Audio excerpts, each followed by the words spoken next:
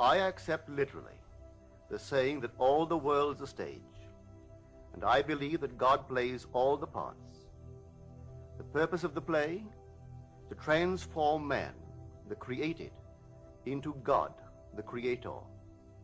God loved man, his created, and became man in faith that this act of self-commission would transform man, the created, into God, the creator. The play begins with the crucifixion of God on man as man, and ends with the resurrection of man as God. God becomes as we are, that we may be as he is. God becomes man, that man may become first a living being, and secondly, a life-giving spirit. I live, yet not I, but God lives in me, and the life I now live in the flesh, I live by the faith of God, who loved me and gave himself for me. God took upon himself the form of man, and became obedient unto death, even death on the cross of man, and is crucified on Golgotha, the skull of man. God himself enters death's door, the human skull, and lays down in the grave of man to make man a living being. God's mercy turned death into sleep. Then began the prodigious and unthinkable metamorphosis of man, the transformation of man into God. No man, unaided by the crucifixion of God, could cross the threshold that admits to conscious life. But now we have union with God in his crucified self.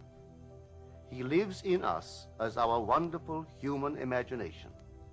Therefore man is all imagination, and God is man, and exists in us, and we in him. The eternal body of man is the imagination. That is God himself. When he rises in us, we will be like him, and he will be like us. Then all impossibilities will dissolve at the touch of exaltation, which his rising in us will impart to our nature. Here is the secret of the world. God died to give man life and to set man free. For however clearly God is aware of his creation, it does not follow that man, imaginatively created, is aware of God. To work this miracle, God had to die, then rise again as man. And none has ever expressed it so clearly as Blake. Blake says, or rather has Jesus say, "Unless I die, thou canst not live. But if I die, I shall arise again, and thou with me. Wouldst thou love one who had never died for thee, or ever die for one who had not died for thee? And if God dieth not for man, and giveth not himself eternally for man, man could not exist." So God dies. That is to say, God has freely given himself for man. Deliberately, he has become man, and has forgotten that he is God, in the hope that man, thus created, will eventually rise as God. God has so completely offered his own self for man that he cries out on the cross of man, my God, why hast thou forsaken me?" He has completely forgotten that he is God. But after God rises in one man, that man will say to his brothers, "Why stand we here trembling around, calling on God for help, and not ourselves, in whom God dwells?" This first man that has been raised from the dead is known as Jesus, the first fruits of those who have fallen asleep. For man, God died. Now by a man has come also the resurrection of the dead. Jesus resurrects his dead father by becoming him. In Adam, the universal man, God sleeps. In Jesus, the individualized God, God wakes. In waking, man the created has become God, the creator, and can truly say, "Before the world was, I am." Just as God, in his love for man, so completely identified himself with man that he forgot that he was God, so man, in his love for God, must so completely surrender himself to God that he lives the life of God and no longer that of man. God's play, which transforms man into God, is revealed to us in the Bible. It is completely consistent in imagery and symbolism. The New Testament is hid in the Old Testament, and the Old is manifested in the New. The Bible is a vision. It is not a doctrine or a ritual. The Old Testament tells us of God's promises. The New Testament tells us not how these promises were fulfilled, but how they are fulfilled.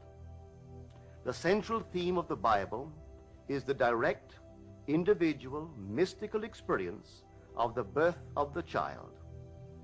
That child of whom the prophet spoke.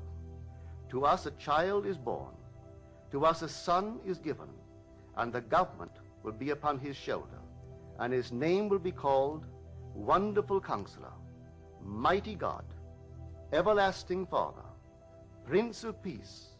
Of the increase of his government and of peace there will be no end. When the child is revealed to us, we see it, we experience it, and the response to this revelation can be stated in the words of Job. I had heard of thee by the hearing of the ear, but now my eye sees thee. The story of the incarnation is not fable, allegory, or some carefully reasoned formula to enslave the minds of men, but mystical fact. It is a personal mystical experience of the birth of oneself out of one's own skull, symbolized in that of a child, wrapped in swaddling clothes and lying on the floor. There is a distinction between hearing of this birth of a child from one's own skull, a birth which no scientist or historian could ever possibly explain, and actually experiencing the birth, holding in your own hands and seeing with your own eyes this miraculous child, a child born from above, out of your own skull, a birth contrary to all the laws of nature. The event, as it is recorded in the Gospels, actually takes place in man. But of that day or that hour when the time will come for the individual to be delivered, no one knows but the Father. Do not marvel that I said to you, you must be born from above. The wind blows where it wills, and you hear the sound of it, but you do not know whence it comes or whither it goes. So it is with everyone who is born of the Spirit. This revelation in the Gospel of John is true. Here is my experience of this birth from above. Like Paul, I did not receive it from man, nor was I taught it, but it came through the actual mystical experience of being born from above. None can speak truly of this mystical birth from above but the one who has experienced it. I had no idea that this birth from above was literally true. For who, before the experience, could believe that the child, the Wonderful Counselor, the Mighty God, the Everlasting Father, the Prince of Peace, was inwoven in his own skull? Who, before the experience, would understand that his Maker is his husband, and the Lord of hosts is his name? Who would believe that the Creator went in unto his own creation, man, and knew it to be himself, and that this entrance into the skull of man, this union of God and man, resulted in the birth of a son out of the skull of man, which birth gave to that man eternal life and union with his Creator forever? If I now tell what I experienced that night, I do so not to impose my ideas on others, but that I may give hope to those who, like Nicodemus, wonder how can a man be born when he is old? How can he enter a second time into his mother's womb and be born? How can this be? Well, this is how it happened to me. A heavenly dream in which the arts flourished was suddenly interrupted by the most intense vibration, centered at the base of my skull.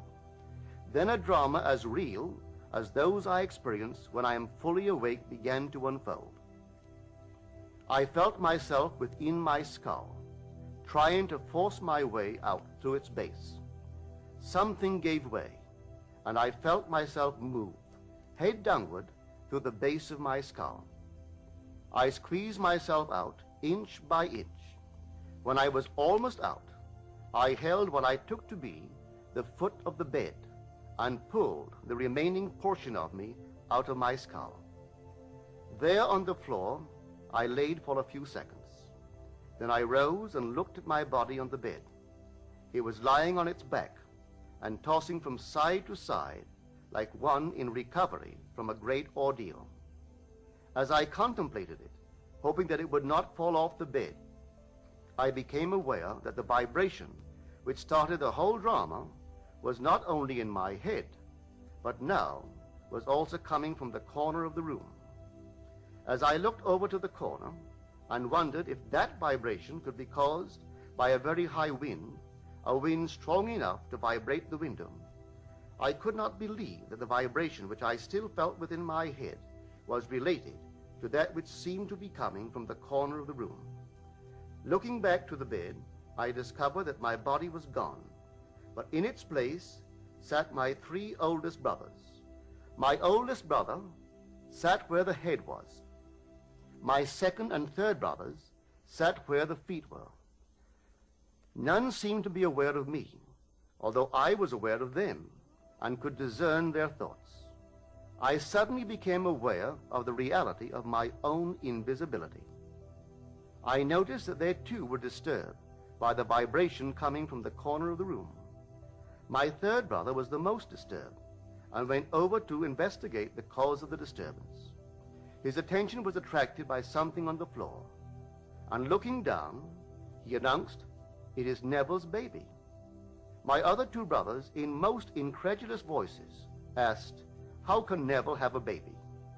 My brother lifted the infant wrapped in swaddling clothes and laid him on the bed. I then, with my invisible hands, lifted the babe and asked him, "How is my sweetheart?" He looked into my eyes and smiled, and I awoke in this world to ponder this greatest of my many mystical experiences. One other vision I will tell, because it bears out the truth of my assertion that the Bible is mystical fact, that everything written about the promised child is in the law of Moses and the prophets and the Psalms, and it must be mystically experienced in the imagination of the individual. The child's birth is a sign and a portent, signaling the resurrection of the patriarchs in the imagination of him in whom the child is born.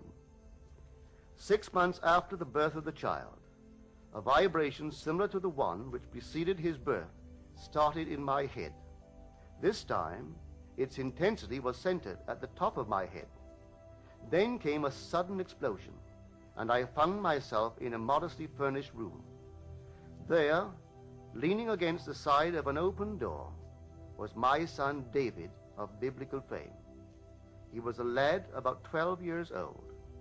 What struck me forcibly about him was the unusual beauty of his face and figure. He was, as he is described in the first book of Samuel, ruddy, with beautiful eyes, and very handsome. Not for one moment did I feel myself to be anyone other than Neville. Yet I knew that this lad David was my son, and he knew that I was his father. As I sat there contemplating the beauty of my son, the vision faded, and I awoke. What conclusion can be reached from these mystical experiences? The chamber of man's imagery. In man's imagination are engraven every patriarch and character in the Old Testament, and that after the birth of the child, out of the skull of man, signifying that man's rebirth from above, there will begin the resurrection of the patriarchs. Each in his turn will be revealed as the son of the man who resurrects him.